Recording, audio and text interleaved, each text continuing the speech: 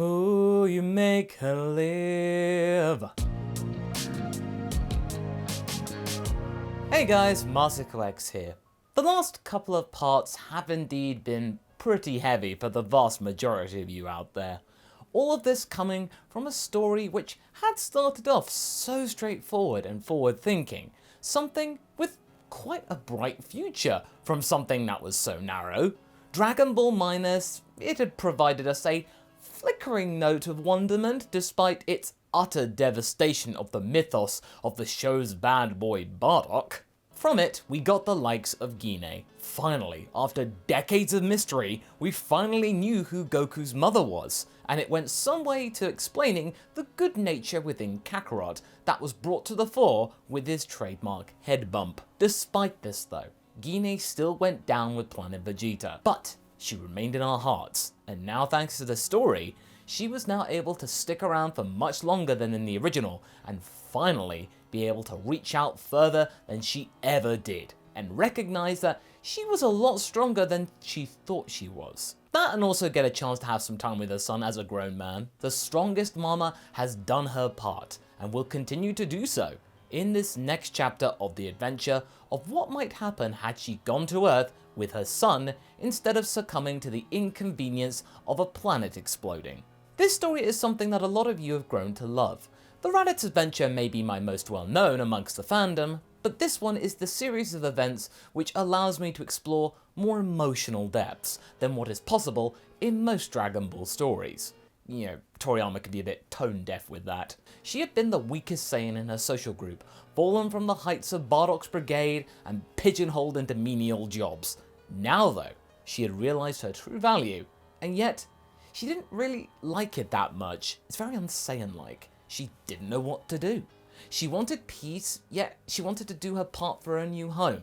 For most of her time on this planet, she was torn, but now, in her older age, she had a plan, and that plan was for her to leave a mark, and then leave it up to the next generation.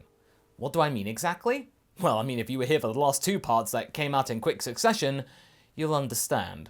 In that last part, Gine had gone into it with a mission, and knew that her time was most likely up.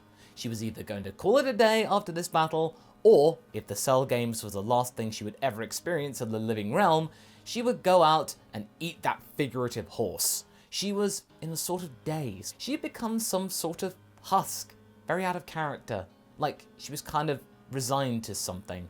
Luckily for her though, her training with Kakarot had proved to be useful, and she was able to whittle down Cell to the point of her thinking that her signature technique, the Max Rebellion Phalanx, would be enough to either rid the world of Perfect Cell, finally, or at least incapacitate him to the point that he will no longer pose a threat to the people of Earth. Sadly though, neither outcome happened. Instead, Cell had regenerated, thanks to King Piccolo's cells, which had been a previously unknown trait in that world because we never had Piccolo Jr. In this situation, Gine was down for the count. She had no response. Cell was respectful though in that regard. The world's strongest mama had done far more than he had ever expected her to do. But now her time had passed. What was going to happen?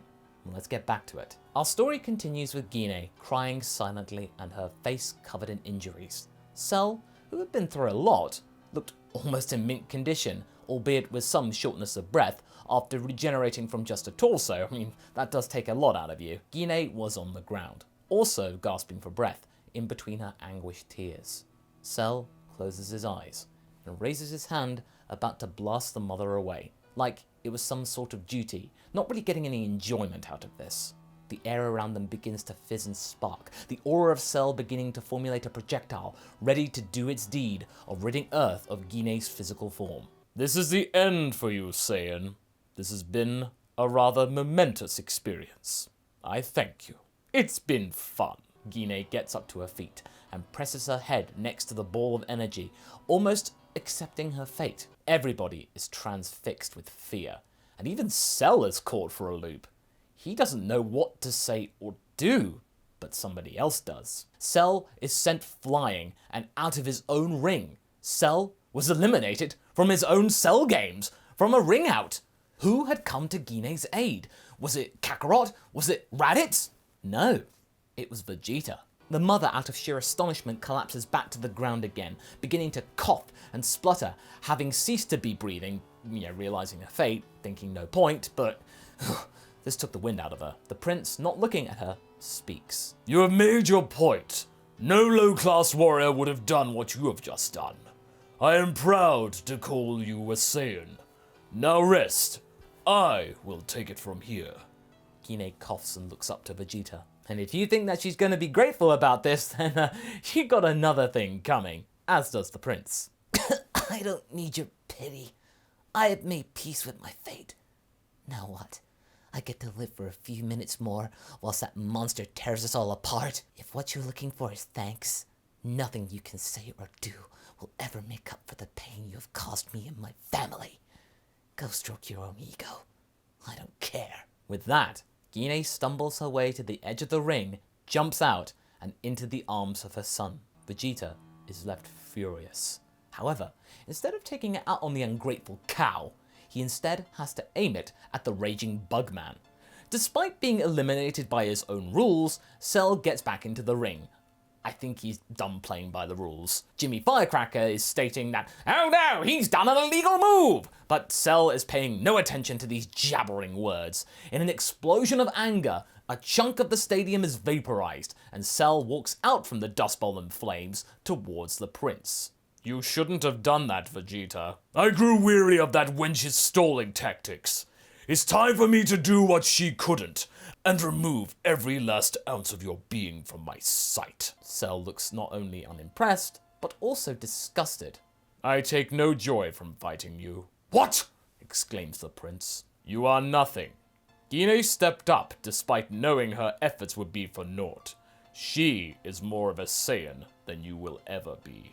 She has earned my respect, whereas you... Vegeta throws a punch in Cell's direction, but is met with air and then an elbow to the head. Have earned nothing but my disdain. The resulting fight between Cell and Vegeta is brief, but frenetic.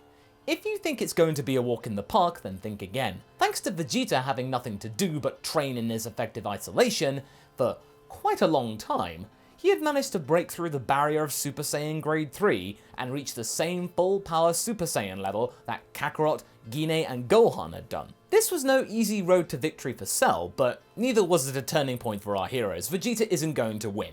Thanks to his major regeneration a couple of weeks back, and now this one from a pile of ab muscles, Cell was stronger than ever. And remember, this is super perfect Cell we're dealing with here. But he was getting tired. For now though, he was winning against this short stack. That said stack was getting angry at being made a fool, and he leaps up to the skies to prepare his own ultimate technique that would be way stronger than that woman's idiotic move. Enter the final flash. Despite Cell being a little drained, he chooses not to run away from it, but take it. He mimics Vegeta and outstretches his arms before powering up a Kamehameha. You don't seriously think that I'm going to be letting you show off, do you? You're even more of a laughingstock than I had thought, Vegeta. Have a taste of your own medicine. With that, we get a beam struggle between the final flash and Kamehameha. The dueling beams tussle for a while before suddenly, the prince's attack starts to make headway. Vegeta can sense his power pushing through. It's over, Cell! I have the upper hand. Now to end this.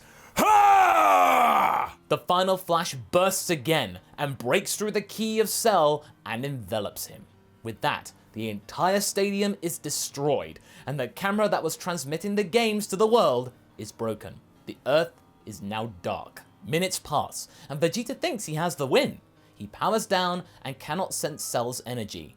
He, in his mind, had won. He lands back down on the ground and surveys the land around him, before laughing out loud in a pure alpha fashion.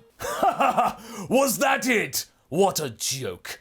I should have been the one to face him from the start. Why were you even here, woman? Tell me, why did you even bother? Gine is only just regaining consciousness after being comforted by Raditz, nobody choosing to indulge the prince's bluster. However, before he can shout any more grand gestures and obscenities, Cell blasts a hole through Vegeta's chest. Would you just shut up? Cell was back and he was nettled. He looked like he hadn't been scratched. Vegeta is left speechless, obviously, gasping for breath, before turning around to face the Bugman. How? How? It's quite simple. I knew you were going to keep that struggle going for hours and hours to stroke your own pride. So, I just got it over with. It's far simpler than having to pander to your obsessive nature. As Cell is busy tearing down the prince's very fabric of reality, Android 16 approaches Raditz. It is no longer safe for your mother to stay here. Allow me to take her back to Capsule Corp for treatment. Raditz thinks about this, but before he can respond, Gine places a hand on 16's leg. No, I wish to stay. Boys, go help Vegeta. Mother, why? He doesn't deserve our help. He wronged you so cruelly. Why in Kami's name would you show mercy when he clearly doesn't know the meaning of the word? Earth is more important than what I want. 16, be ready. Your baby will need a nap soon enough. 16 smiles. Understood.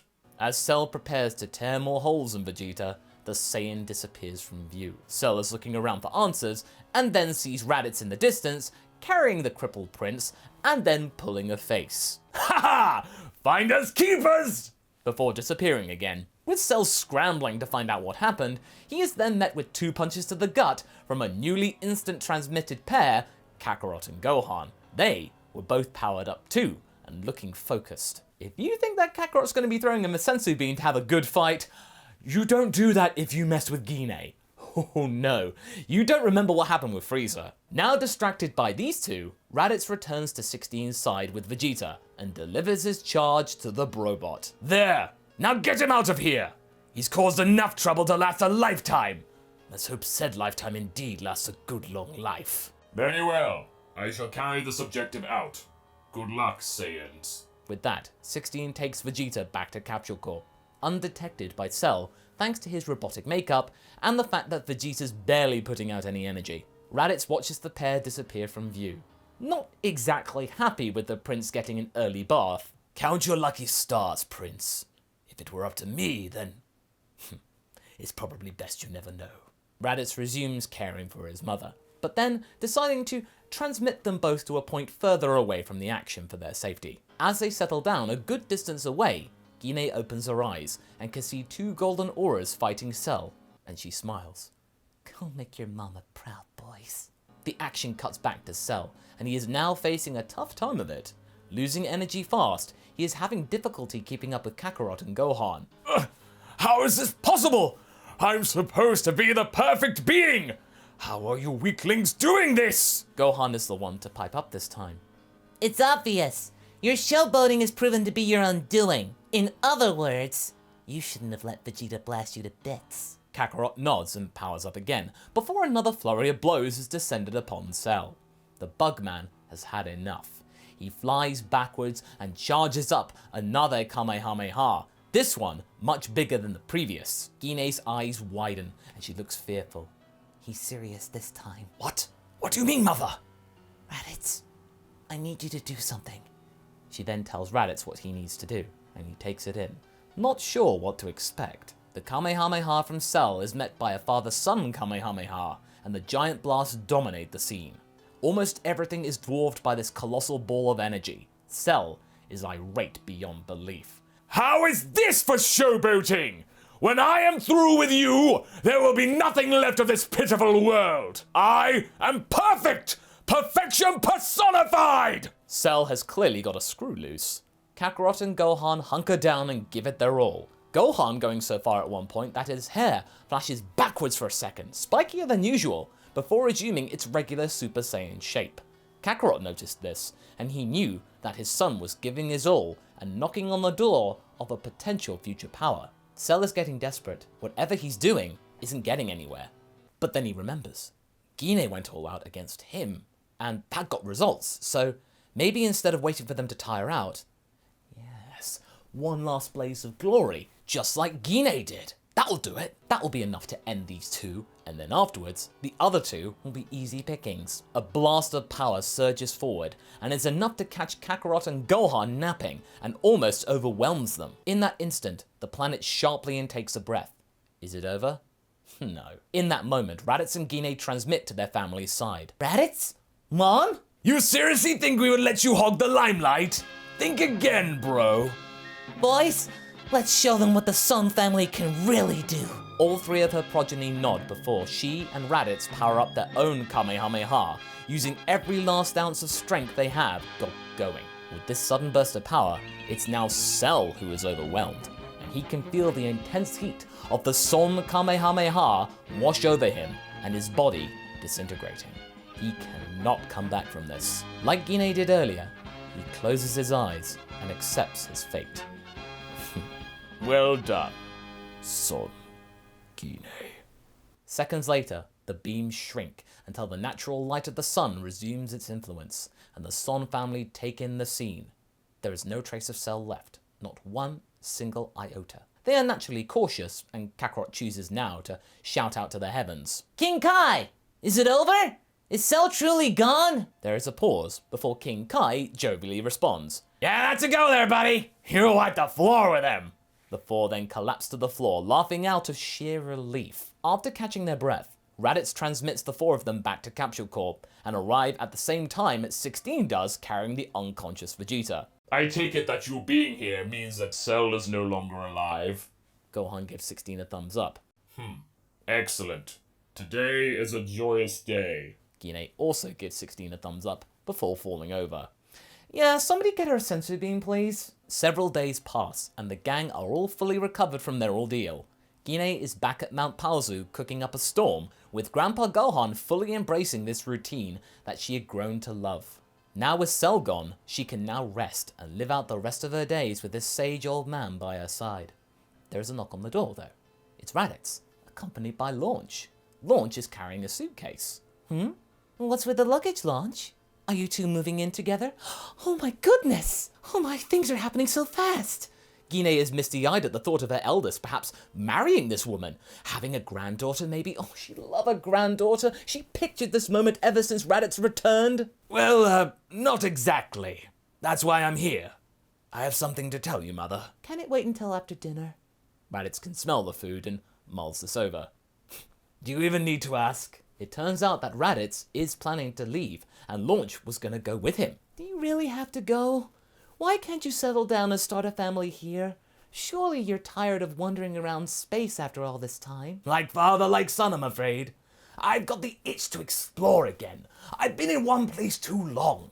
Now that things have calmed down here, I don't think that Kakarot would want me here cramping his style. Besides, it's not like I'm going alone. He pats Launch on the shoulder. Yeah, I ain't let him get away that easy. You know, I want to see space. And I ain't exactly got much going for me here, what with my, brushes with the law, if you know what I mean. Raditz laughs. There's a lot to see and do, as well as lives to protect. I'm still a freedom fighter, and now with this new strength, nothing will stand in my way of saving the weak and ending the cruel. There, and you want to show Vegeta how wrong he was in making fun of you before, Says a sly Launch. Yeah, that too. His mother laughs and nods. You're right. You are your father's son, Raditz. Bardock would be proud of you. Just promise you'll come visit, will you? With her eldest heading off to the stars again, her youngest and grandson saving the world, Gine's life was complete. Now, she had to make a decision. And that's where we're going to be leaving things for right now. So what do you guys think? How will things be wrapped up for this story? Is Gine going to call it a day, truly? Or will something else drag her back into the mix? Leave a comment below, and let's get this discussion going. And I shall see you in the next video. Catch you later.